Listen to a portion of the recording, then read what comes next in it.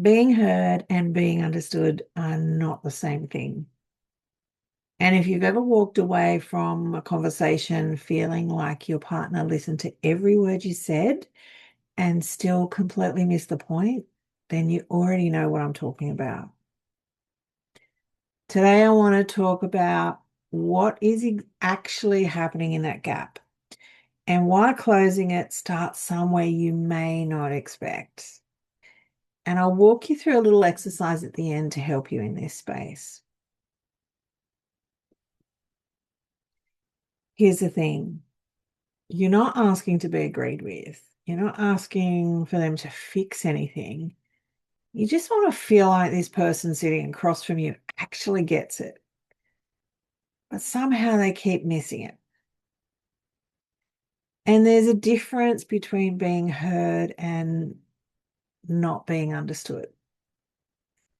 Being heard means that someone has listened to your words.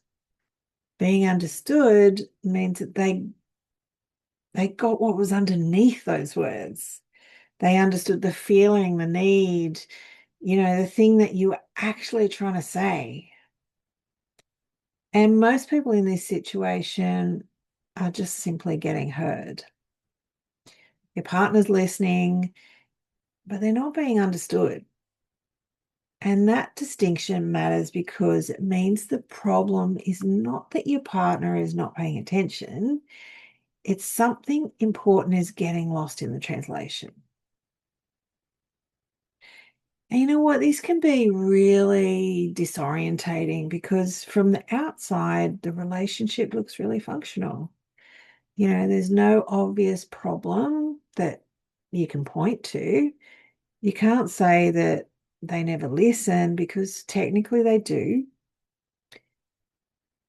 But what you're feeling is harder to articulate than that. And this is part of the reason why it stays stuck for so long. Maybe the reason your partner keeps missing what you're trying to communicate is not because they don't care. It's because they're interpreting what you're saying through their own internal lens, right? Their own history, their own understanding of what needs look like, and their own way of experiencing connection as well. They hear your words and they process them through the lens of what those words would mean if they said them, which is often completely different to what you actually meant. So let me give you an example of what I mean in that space. Let's say she says something like, why don't you ever pay attention when I'm talking to you? Because, he's not looking at her when she's talking. But he hears criticism and he gets defensive. But what she actually needed in that moment was acknowledgement that he understood what meeting that need looked like. And subconsciously in her mind, she confirmed that through eye contact. He was not withholding it. He didn't know it was being asked for. And he was paying attention in a way he knew that the need would be met for him. Can you see how the gap's not malicious? It's invisible. And the problem with invisible gaps is that they don't close by accident. And most of the time, your partner is not ignoring your needs.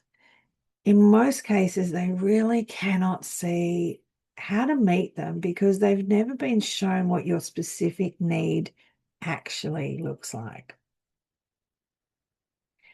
And here's the part most people skip. Before the communication problem between you and your partner can change or resolve, something has to happen inside you first. You have to be able to name specifically, not vaguely, what you actually needed in that moment. And that doesn't sound like I need to feel supported. Because what does support look like for you specifically? Is it someone just sitting with you in silence? Is it someone asking you questions? Is it someone doing something for you or being there? Is it someone acknowledging out loud that what you're going through is difficult? These are all different things. And if you can't tell the difference yourself, how can anyone else meet that need?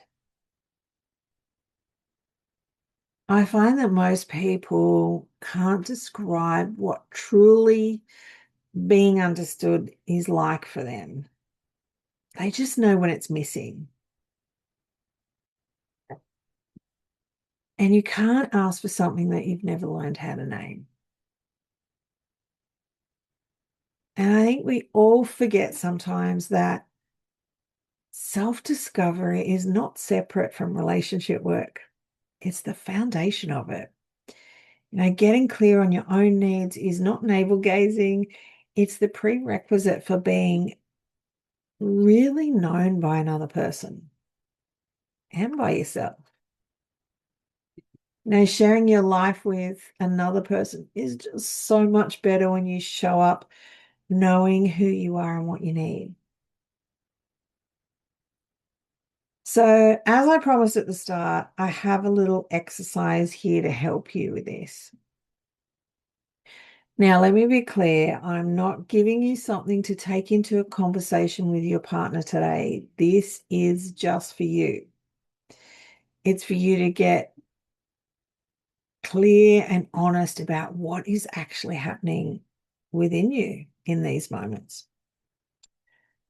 So have a little think. I want you to think about a specific recent moment where you felt unheard or like your partner just didn't get it. And not a general thing, not a general theme like, they don't know how to communicate, I don't feel supported, they don't do enough stuff around the house, but a real specific conversation, a specific situation, something that's happened recently, and have a think about that and hold that in your mind, because that's what we're going to work through. Now, if you need to, you can pause the video here and pause in between the questions if you need a bit more time. Okay. So take your time. It's not a race. All right. When you're ready, let's start. So question 1, thinking about that situation, I want you to ask yourself, in that moment, what did you actually need? Not in general, but specifically in that moment. Did you need them to sit quietly with you? Did you need them to ask a question? Did you need them to acknowledge out loud, what you were going through? Did you need them to confirm that they understood? Yeah. What did you actually need? What was the specific thing that would have made you feel that that need was met? You can pause here and then we'll go to question 2. Question 2, did you know the details of how that need looked like when it was met before the conversation started? Or did you only recognize the need once it went unmet? And guys, this is a pivot point because most people realize that they walked into the conversation without knowing what they needed from it. They just knew that something felt off, after they walked away. So have a think about that one. Pause the video if you need to, and then let's go to question 3. Question 3, did your partner know? Not in hindsight, in that moment. Had you ever actually shown them in detail what that specific thing looks and feels like for you? Yeah, that's a hard one, right? Most of us are waiting to be seen before we reveal what seeing us actually requires. So I invite you to notice that the gap is usually not about love being absent. It's about something else. It's usually about something specific that has never been made visible, often because the person talking or asking to be understood had not yet understood it themselves. And feeling unheard or unseen by your partner is can be painful, can be really painful in a specific way because this is the person who you chose, who chose you, the person who is supposed to know you. But that feeling is also a signal. It's not a verdict on the relationship. It's nothing to shame yourself or feel guilty about. It's just pointing to something that's not yet been made visible. And that work always starts with you. And one honest question is a real place to begin in this space. So, guys, if this resonated and the communication piece is something that you want to explore, there's a free guide in the description. It's called The Train Driver and the Bee. Yes, I know it's an odd title, but it will all make sense when you download it. And it looks like it talks about basically why we can often miss each other in relationships and why it's not anyone's fault. We just talk at different perspectives, different lenses. And also let me know in the comments if this is something that you've experienced, and let me know if you know how to name what you actually need. As always, don't forget to subscribe and whack on those notifications, and I will see you lovely humans next week. Bye.